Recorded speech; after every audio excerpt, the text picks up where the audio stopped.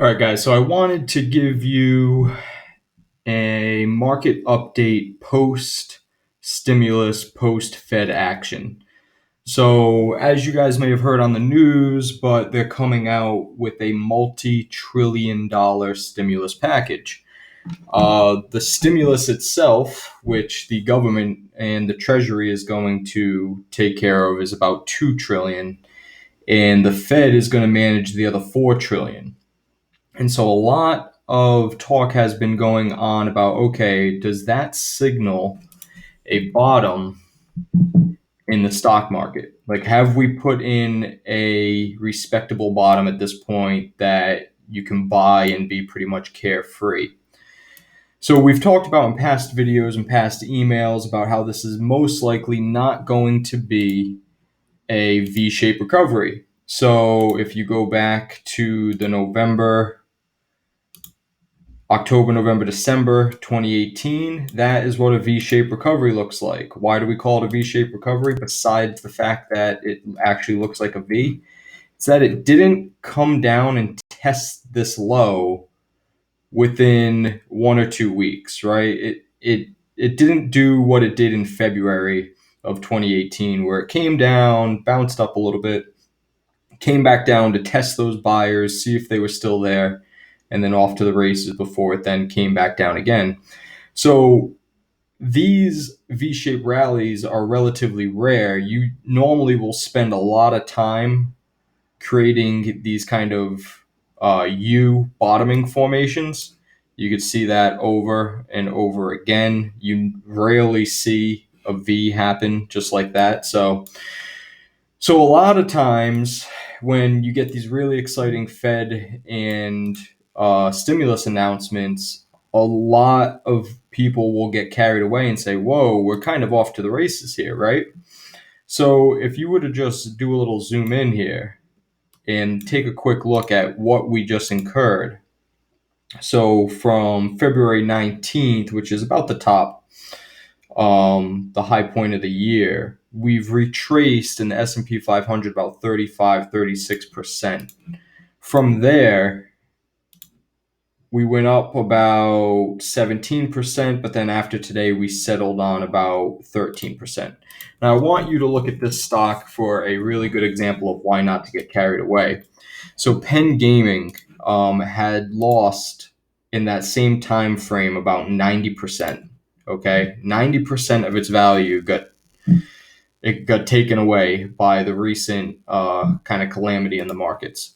What's interesting is that since that bottom, it is up about 200, let's call it 250%. But from the top, still down about 62%. Why am I bringing that up? The point I want to make is when I'm asked the question, is this a good time to buy? If you got into Apple, let's just use the names everybody knows. This will make everybody feel comfortable.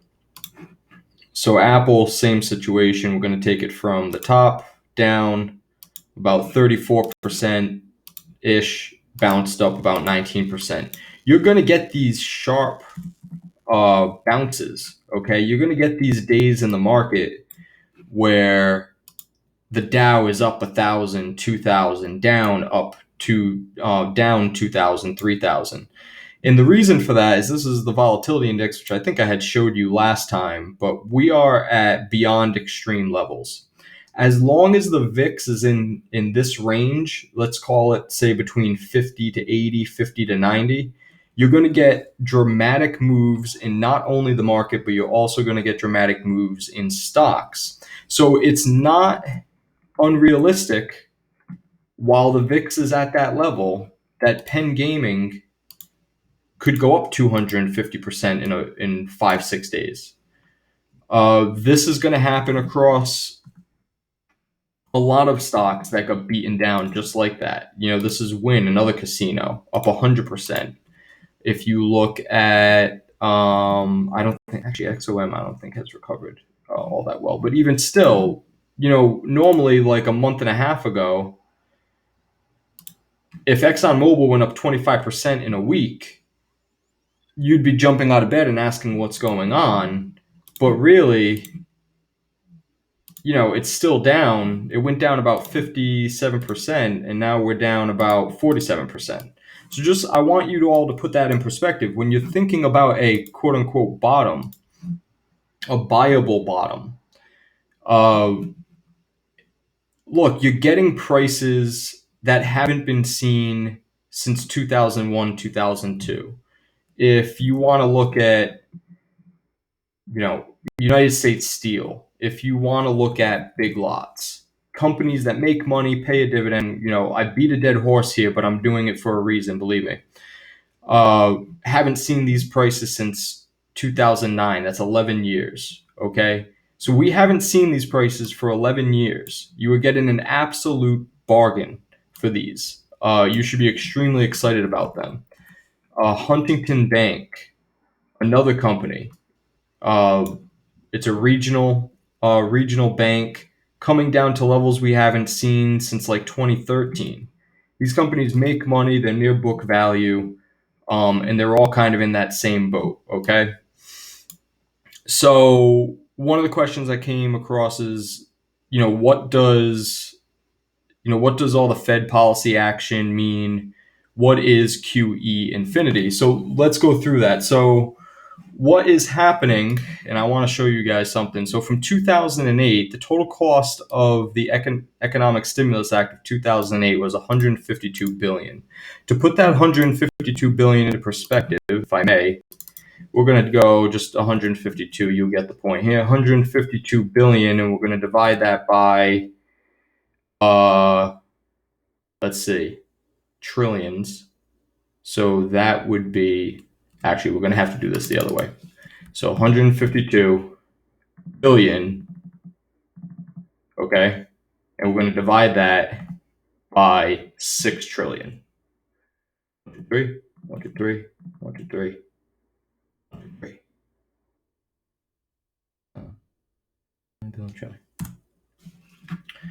So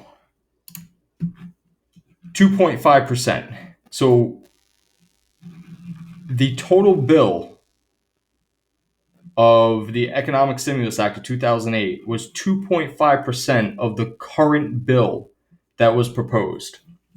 4 trillion of which is going to the Fed to so they could perform their quote unquote mandate, in which we're going to get into that right now.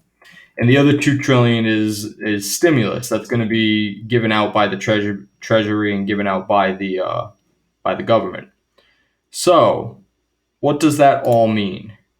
So first off, what the Fed does with that money that it's been granted is it's going to buy up a ton of crap.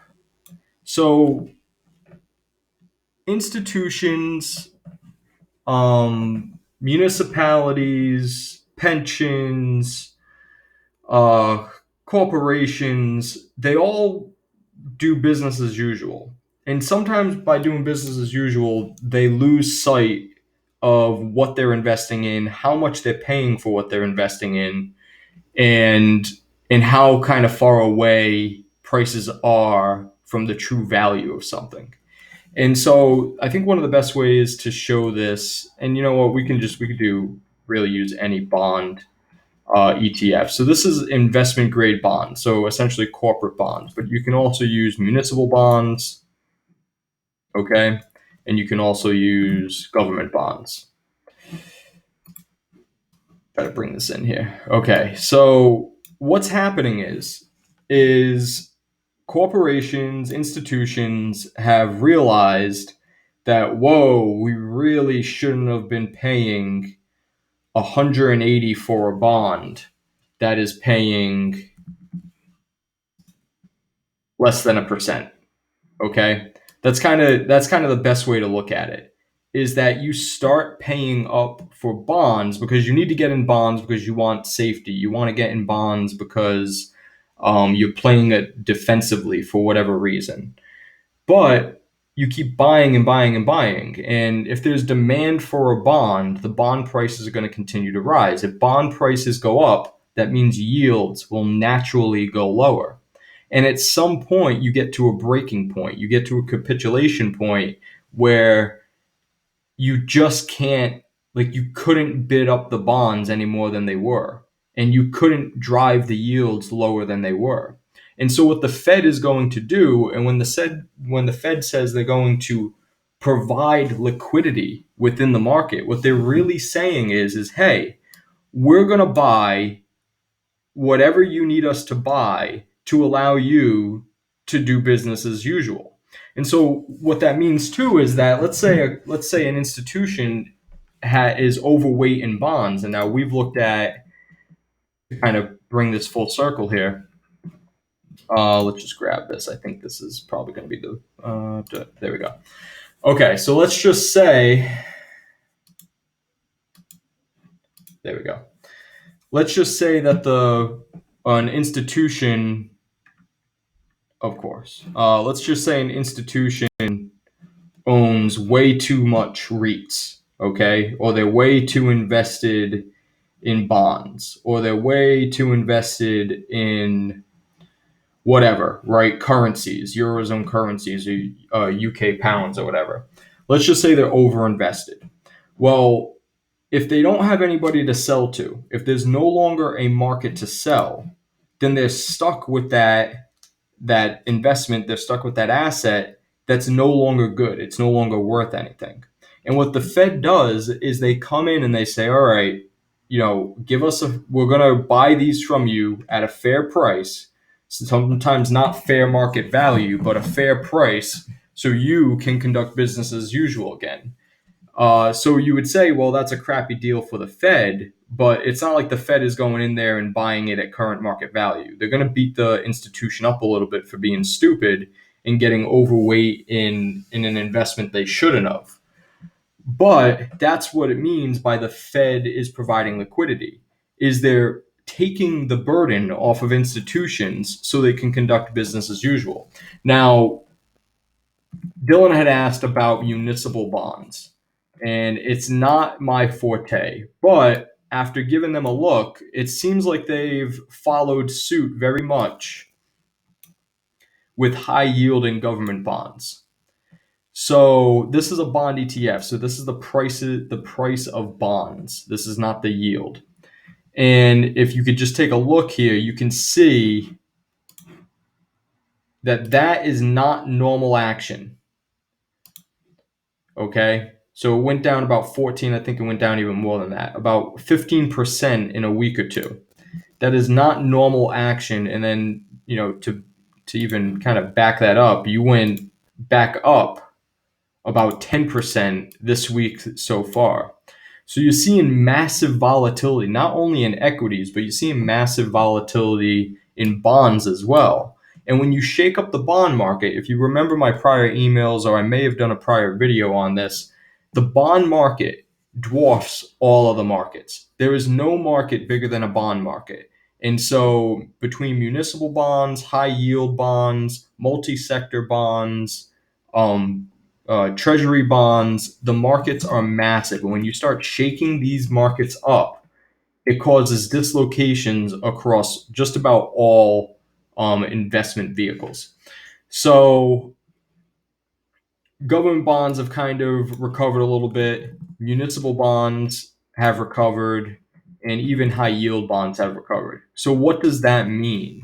It means that the Fed has assured these companies, these institutions, that, hey, we'll buy your crap. We will support you through this.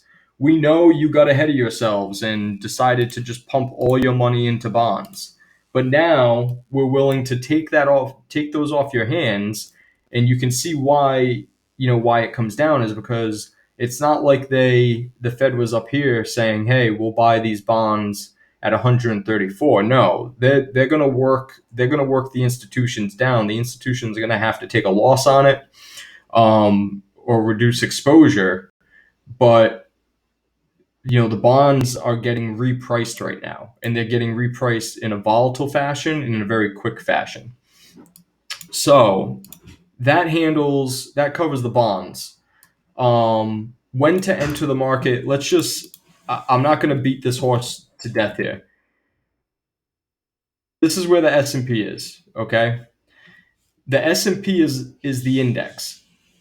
But if you were to look at, and we've talked about utilities in the past. Remember when I showed you this chart when it was up here and I said it couldn't do that anymore? Yeah, well, it just got murdered. I mean, that's literally taking a sector out back and shooting it down 38%. So, what I want to show you here, and I want you to really think about bull and bear markets, not just for the market itself, but for sectors. This is going to allow you to kind of feel out what I'm talking about here. So here's like what a bear market kind of looks like in terms of a market, right? You get these periods of down and sideways action. You essentially go nowhere for about 13 years. Well, that happens across sectors as well. And when you look at XLU, which is the utilities ETF, has had a great run, and an absolutely great run. If you were able to buy XLU in '09, you have a 200% move in an ETF. That is huge. Never mind if you were to look at individual stocks within that ETF. Okay, so this is Nextera Energy. Okay, huge bull run, up 700%. If you were to look at Eversource, okay, Eversource up about almost 500%. So what's happening right now is these are coming back down to earth, rightfully so. Listen, these things are utilities. These things are not something that should be priced like a tech stock. They shouldn't be priced like they cured cancer. These are stocks. These are companies that turn your utilities on and off on a daily basis. And that's it. That's all they do.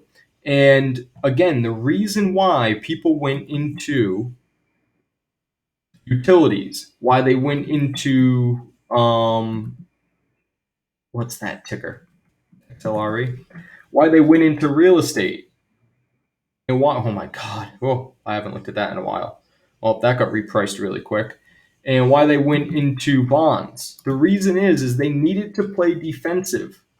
Okay, they didn't want to be in energy. They didn't want to be in materials. They didn't want to be in industrials. They didn't want to be in transports. They wanted yield. They wanted to be defensive. And here's the kicker. They were defensive, but they were still piling into growth stocks. And so what this did was it left certain sectors for dead. Okay? So you can say that we're in an energy bear market. Okay? Same thing with materials. Materials, bear market. Okay? Just hasn't had the run that the other ones have had. If you were to look at what's the other one? I'll just use VIS. Okay. So actually, I think the ETFs aren't a good example, but the point I'm trying to make here is that there are some sectors that are going to be going into a bear market while other ones are going into a bull market, and that's what you should invest in. And so a lot of conversation about, well, is now the time? Here's something that I look at. This is a breadth indicator. If it actually decides to pop up at some point, let's see if it does. There we go. Let it reload here. So something to take a look at is, when were we going to catch a bounce? And one of the ways that myself and the traders and the investors in the group that I'm in kind of look at that is the breadth indicator. Now, this is bullish percent index. This means the total amount of stocks in the New York Stock Exchange that are going up or down at any given time. It hit a 2, if you could see that. It hit a 2 on the 16th and went from, say, 2 to, let's call it 12 on the 17th. What this means is that more stocks were going up than going down during that period of time. And what's really interesting is that it made a higher low. So on the 16th, 17th, it hit 2, came up, and when it came back down, it went down to 8 or 9, made a higher low, and now we're off to the races. Remember the 16th and 17th if you could. So now if you want to look at the 16th and 17th here, the market continued going lower while the amount of stocks that were going lower were less. So this is one of those indicators that you can kind of pinpoint when it's a good time to buy. We say, well, Kyle, why didn't we get this video a few days ago? You're late. The reason is that you don't know the amount of time the S&P is going to take to make that bounce. So if you want to start getting into stocks and you want dividend yield, and we talked about this on the last one, the best way to do it, and I'm going to just show you guys again, is you go to finviz.com, go to the screener, grab yourself a high dividend yield, grab yourself a company that's 20 or more years old, and then you're going to click on fundamental. You're going to click on debt to equity. You want it to be low. You can choose your poison here. Obviously, the more debt, the more they have to pay in interest payments on that debt, less cash to pay dividends, or more pressure on the dividends. So I'll just pick 0.8 for the sake of it. We want a profitable company.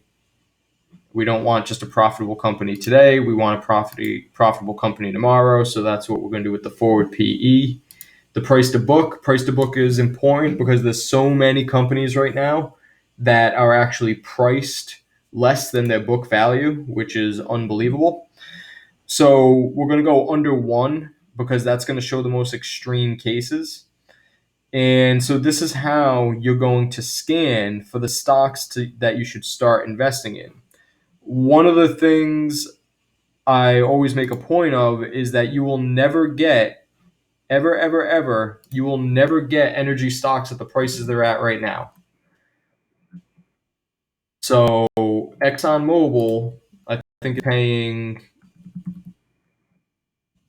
it's paying like a 10% dividend or something like that right now.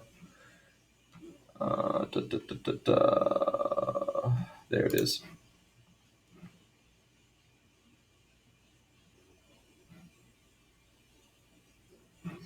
$11 dividend. Okay.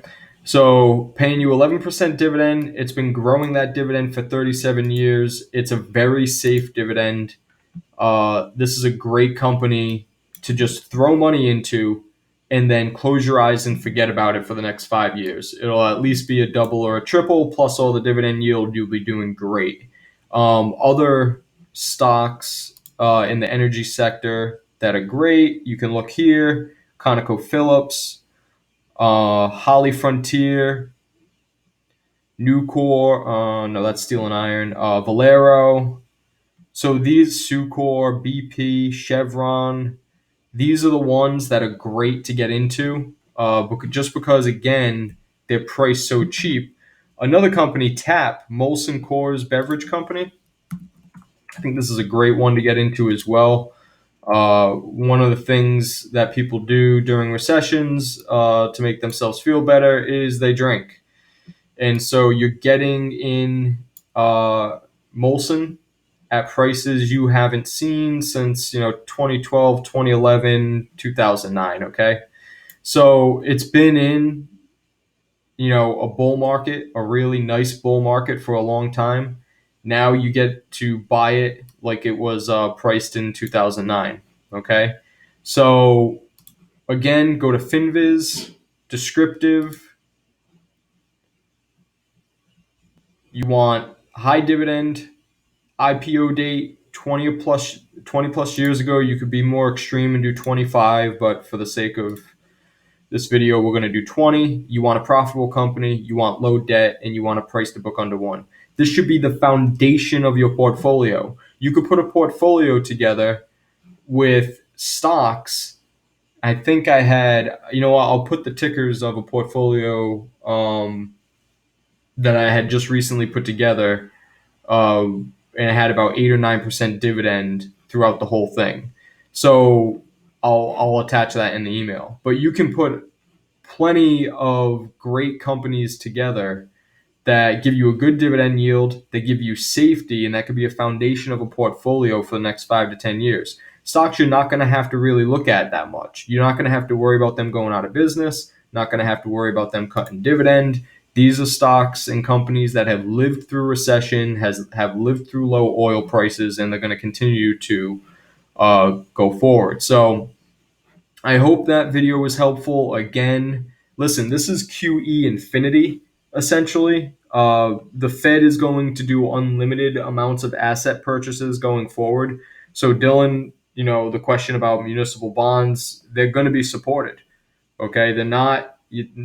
The bond market is not going to be allowed to collapse here. And this isn't just a United States phenomenon. This is a global stimulus package. Every single country with coronavirus is going to put out some kind of stimulus package, and it's still going to be pumping into this market when the coronavirus fears are gone in 9 to 12 months. The money's still going to be there, pumping into the market, supporting the market. And I'm not saying it's going to be easy from here, because I already said it's not going to be a V-shaped rally. It's going to look more like this. The type of market this is going to look like in the next maybe 24, let's call it 24 months, is going to be very, very similar to 1987. Okay? We got a dramatic, sharp move down over the next, see if I get this right here, 2 years, 24 months, about 24 months-ish.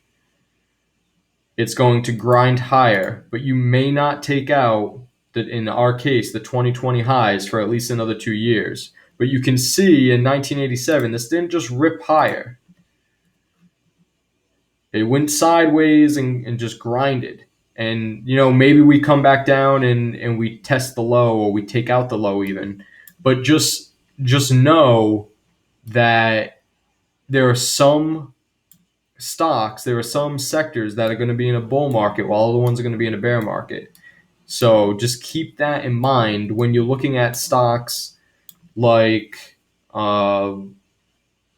let's just say SUI, right? If you're looking at REITs, I mean, this is what happens when they get disjointed like that. They get cut almost in half, 45%. When you look at utilities, good dividend yield, nothing will ever go wrong with the utility, down about 40%. So just keep that in mind. And look, you can invest in your staples here, the Apples of the world. But we've talked about Apple plenty of times. You're still elevated right here. And I'm still, and I think I've done this before in a prior video, I would not be surprised if that's going to be the case, where you're going to continue sideways to lower, and then maybe a year or two from now, this thing is going to find 500. But if you get in here, you're going to have to deal with some pains and some sideways action. Amazon, I think, is the better buy right now for those stocks. It's in a much better position. It's been grinding sideways for a year and a half or so. So grinding sideways for a year and a half, it tried to take it out, but then this whole entire month happened, and that's why it's came down. But this is the better buy, and even though it's elevated, it's still not as elevated as Apple. See how that works? If you look at like Microsoft, this is another one. I understand it's a household name, but look at that.